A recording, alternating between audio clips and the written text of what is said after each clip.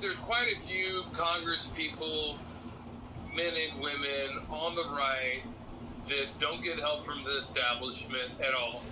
Look at their money. Thomas Massey. I don't think Thomas Massey was this millionaire before he became a congressman. He was an engineer who, took out the system in a Tesla and put some solar panels in his backyard, and kind of lives on his own out off the grid.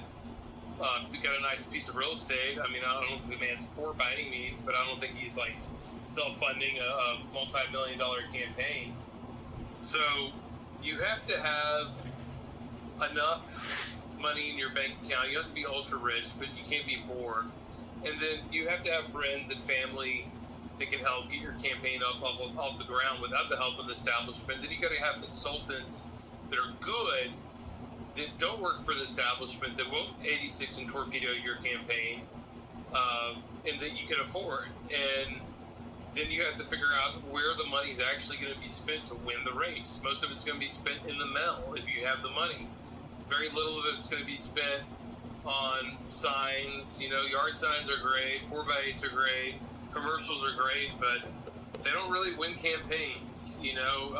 Door knockers, volunteers, and mail does. It does a much better job. It's just the way it is. I wish I could tell you the text messages and phone calls work, because that'd be a lot cheaper and easier, but they don't.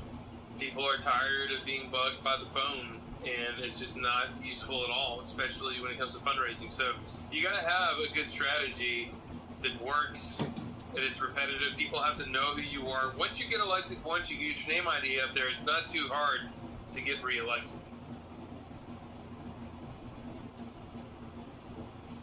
Establishment helped Tony Gonzalez win re-election, even though he literally said that his opponent was a Nazi, even though he was a Hispanic YouTuber who was just pro-Second Amendment. Like, he was not like a white supremacist. Yeah, never forget Elon Musk went out there and campaigned against Brandon Herrera.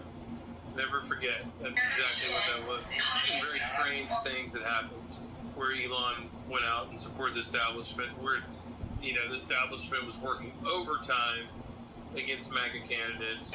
Herrera, if he would have had just a little bit more money, a little bit more earlier head of start, might have won.